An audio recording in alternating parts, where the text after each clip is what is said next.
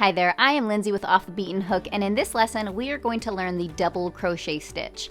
And if you are working through this Learn to Crochet series with me, this lesson builds on the stitches that we've already learned in past lessons. And if you are new here, you will find the complete series linked in the lesson notes if you want to go back and follow along with us from the very basics all the way through making your first crochet projects and beyond. So the double crochet stitch is abbreviated as DC in crochet patterns. And double crochet is taller than both single crochet and half double crochet, which means that it creates a fabric more quickly and gives projects a softer, more open texture. And if you've practiced the previous stitches, this one should start feeling more natural because overall the process is very similar, and again, we're simply adding one extra step compared to the half double crochet. I am using a worsted weight yarn paired with a 5.5mm crochet hook for this lesson. Now, worsted weight yarn will work great with a 5mm crochet hook, a 5.5mm crochet hook, or a 6mm crochet hook. So any one of these that you have on hand will work completely fine paired with your worsted weight yarn. I am also going to be using two non-locking stitch markers, and these we're going to use to mark our first and last stitches of all of our rows as we make our way through this swatch. So go ahead and grab your hook and grab your yarn, and let's get going.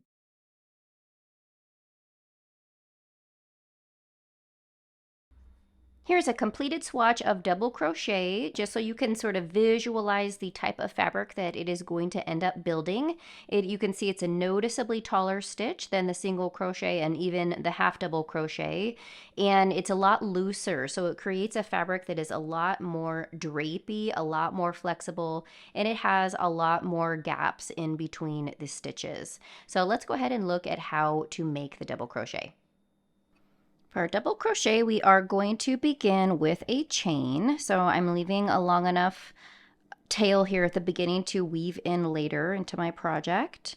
We're going to slip knot onto our hook just like this. And again, if you need to watch that slower and learn how to slip knot, how to get it onto your hook, how to hold your yarn, we covered that in a previous lesson in this course, so you can go back and check that out. All right, so we are going to do a swatch of 20 double crochet. And with double crochet, the turning chain is going to consist of 2 chains. Now, it would also be completely normal in a pattern to see a turning chain of 3 for the double crochet.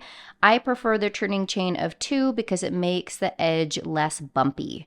So as we did with all of our previous stitches, we're going to make a swatch of 20, and in order to do that, we need to make our 20 chains for our 20 stitches, plus our turning chain, which in this case will be 2 chains. So I'm going to chain a total of 22. So here we are with our chain. We've got our loop on our hook, which does not count as a stitch. And then we have our first chain from the hook and our second chain from the hook, were those additional 2 chains that we made for our turning chain, and which means we are going to make our first double crochet in the 3rd chain from the hook. So for our double crochet, we are going to begin by yarning over, and then we will place our hook from the front to the back through that 3rd chain from the hook. We are going to yarn over and bring up a loop. So now you have 3 loops on your hook. Next, we are going to yarn over and bring our hook through only the first 2 loops on the hook. So now you have 2 loops left. We are going to yarn over and pull through those final 2 loops. And that is going to make your first double crochet. I am going to go ahead and stitch mark that immediately so we do not lose our spot. Okay, so working our way down the chain, we are going to place our next double crochet into this back loop of this next chain. So we're going to yarn over, insert your hook into the chain, yarn over and pull up a loop, yarn over, pull through 2 loops on the hook, yarn over and pull through the final 2 loops on the hook. for your second double crochet. Again, locating our next chain right here, we're going to yarn over, insert our hook into the chain, yarn over, pull up a loop, yarn over, pulling through only the first 2 loops on the hook, yarn over, pull through the final 2 loops on the hook. Okay, I'm going to make my way to the end of this chain, and then we will talk about turning chains with double crochet and turn our work and start making our way across the other direction. All right, I've made it to the last chain in my foundation chain here, so I'm going to do my last double crochet of this row. Okay, and I'm going to stop right away. I am going to stitch mark that last stitch so we don't lose our spot. And there you have your first row of double crochet.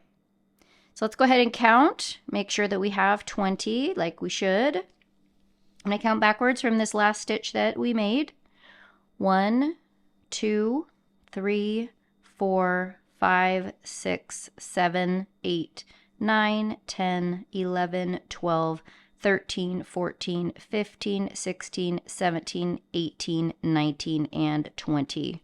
And then again, here you can see a little bit more clearly now that we've made all of our stitches. This right here were those 2 chains that made our turning chain. And this does not count as a stitch for the swatch that we're making.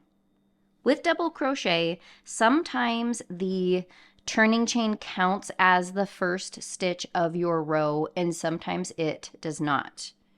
For the purposes of our swatch, we are not counting the turning chain as a stitch. However, when a pattern counts your first double crochet as a stitch, you need to know where to place your next stitch along the row. It is 2 different places based on whether it counts or whether it does not count, okay?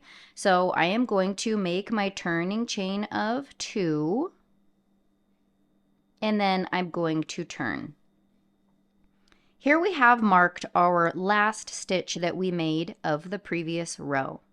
For us, because our turning chain does not count as a stitch, we are going to make our first stitch into that place, right where the stitch marker is, into that very first stitch of a row. Now, if a designer has written their pattern to where the turning chain counts as a stitch, you then need to make your first stitch of the row into this next stitch. In that case, this one here is considered a false stitch. This is counted as your first stitch, and so you don't want to make a stitch right there. It's as if that is your first stitch of the row. So you would simply yarn over, and you would skip over that stitch, and you would make your stitch into the next one. This is where turning chains become really important, and the thing about it is that it is completely up to designer preference. Some count it as the chain, some don't. As a designer, I do not prefer to count my turning chains as stitches no matter what the type of stitch, because what can happen is when you count your turning chain as a stitch and therefore miss this very first stitch of the row and make your stitch in this next one, it creates a gap right here. Let me show you that. So we're going to leave that stitch marker there just because we should. And I'm going to make my first double crochet into this next stitch. So right now we're pretending that that turning chain counted. Well, when that's the case, it ends up creating a pretty good sized gap right here. And I do not prefer how that looks. I like my edges tight and clean with no gaps. My eye just sees them every time. I want them all to be consistently tight and close together. So I do not count my turning chains as a stitch. And this is something you'll get more comfortable with as you're working your stitches and reading patterns, which we will cover in a future lesson. And at that point, you can start making these decisions yourself. As long as you know the concept behind whether or not the turning chain counts as a stitch and where then to place your next stitch based on that, you can make your own preference as to how you want to handle that in a pattern. But I wanted to cover that right now at the risk of bogging you down with too much information, because I know for a fact this is going to come up for you at some point, and turning chains can be a source of confusion because of this. So I figured I would just cover this topic here early on so that it might help ring a bell later when you actually encounter it. Like, wait, why is this pattern counting it is a stitch and this other one isn't? It's completely at the discretion of that designer. And the critical thing to remember here is that if it does or it does not, you know where exactly to place the next stitch of the row. All right, so back to double crochet. So we've made our turning chain. We are not counting it as a stitch. So our next stitch is going to go in this very first stitch that we have stitch marked. And again, as we're making our way back down the row, we are now working through both loops of the stitch, not just that one loop where we were doing it with the chain. So we're going to yarn over and insert our hook into that first stitch under both of those loops, yarn over, pull up, yarn over, pull through 2 loops on the hook, yarn over, pull through the 2 final loops, stopping to place our stitch marker in that stitch so we know right where to end. Again, this becomes important with taller stitches in particular, because based on how that turning chain is being treated, you're either going to work into the turning chain if it does count as a stitch, or you're not. And so marking your first stitch is important in this case as you get comfortable with recognizing what these double crochet stitches look like. So moving on to our next one.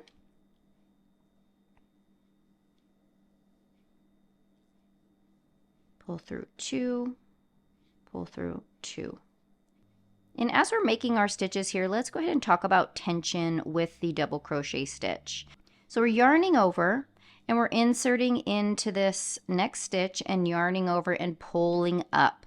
Now when you pull up this first loop, you want it to be pulled up to about half of the height of your double crochet stitch. You don't want to pull it all the way up to height. Otherwise, that golden loop leg is going to make your stitch all wonky, and your second yarn over and pull through is going to just make your stitch all wonky and way too tall. So when you're pulling over that first loop,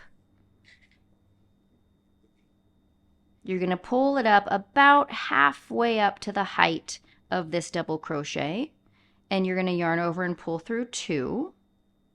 And then with this next one, you're going to yarn over and you're going to pull through at the height of that double crochet stitch. So ultimately your hook ends up riding at the height of all of the other stitches. So you're pulling up this loop about halfway up the height of the stitch, and you're pulling this up to the height of the double crochet stitch. All right, so let's take a look at this stitch up close.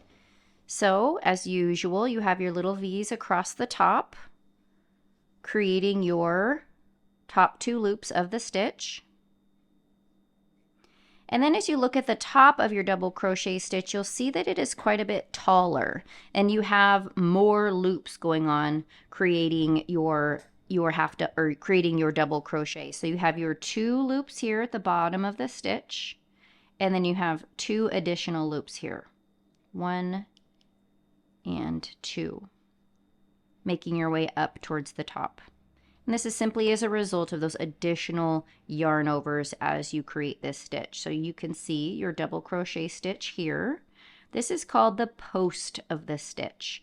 And as you start working with taller stitches like double crochet and treble crochet, you're going to start seeing patterns that actually use the post of the stitch to make stitches with as well. And it creates all kinds of fun textures depending on how you use the post, how you might use the front loop or the back loop, and any combination of these things. And you might work around the back of it here, or you might even work around the front of it here in a crochet pattern. Ultimately, working through different areas of the stitch is what ends up making more decorative stitches and different textures in your crochet fabric. Here's our completed double crochet swatch. So let's go ahead and talk about how to count stitches and rows of double crochet. And at this point, the counting of the stitches is going to start becoming really repetitive. You've probably done a lot of practicing on it at this point as well. But I have our first and our last stitch of our row counted, just like, or stitch marked, just like how we were doing when we were practicing it. And so what these stitches create on the top is they create a little V shape. And each of these V's represents one stitch, the top of each double crochet stitch. So when you go through and count, I'm beginning with that first one that's marked. You've got 1, 2, 3, 4, 5, all the way down to 20, because we did 20 in our swatch. That is how you are going to count your stitches. Now let's look at counting our rows. So I have marked the ends of each of the double crochet rows with stitch markers, just so you can visualize it. And as your stitches begin to grow taller in comparison to, say, single crochet or half double crochet, in general, it becomes easier to count your rows because you can start to just see the stitches themselves a lot easier than you used to be able to. But again, when I look at this swatch, I see a pattern that is my eye is going to catch, that is going to show me where each of these rows is. And the first thing I notice is these little rows that pop out where I see this little V. I see these two legs of the stitch, and those pop out, and so I'm definitely going to use those as counting my rows. And since they are uniform, I know that that is every other row, because with each of these, you're either looking at the front or the back of a stitch of each of the rows. So for this one, skipping a row, this one, skipping a row, this one. So there's going to be these, and then there's going to be the row of stitches in between. And similar to what we have talked about before, if you have watched the previous lessons, is I see these little dashes sticking up. Okay, so it gives me a visual reference for counting the rows. All right, so let's do this together. 1, 2, 3, 4, 5, 6, 7, 8, 9, 10. So 10 rows by 20 stitches is what created a somewhat perfect square for our double crochet. Now that we've completed our double crochet swatch, let's go ahead and compare the previous stitches that we have made already. So we've got our single crochet here. Here we have our half double crochet, and here we have our double crochet. And you can just see, as you look at them side by side, how the height of the stitches continues to grow as you bring in those additional yarn overs to make your taller stitch. So here's just to compare the fabric side by side, so you're kind of getting an idea of the construction of the stitches and how they start to change as your stitch becomes taller. In this lesson, you learned how to create the double crochet stitch and how to treat its turning chains. You've also learned how to count it in stitches and rows, and you've learned how the stitch height affects the texture and structure of a crochet fabric. So for practice, after this lesson, continue making rows of double crochet, paying attention to that yarn tension we talked about while you're about halfway through the stitch, and then when you're doing that final yarn over and pulling it through to complete your stitch. And I also encourage you to take your swatches of single crochet, half double crochet, and now double crochet, and take a close look at them to compare the differences between the fabrics that they create. At this point, you're beginning to build a really strong crochet foundation. The more stitches you learn, the more you'll start recognizing the patterns and structure behind crochet as a whole, and that makes learning future techniques much easier. In the next lesson, we will learn the treble crochet stitch, which is the tallest basic beginner crochet stitch. So I'll see you there.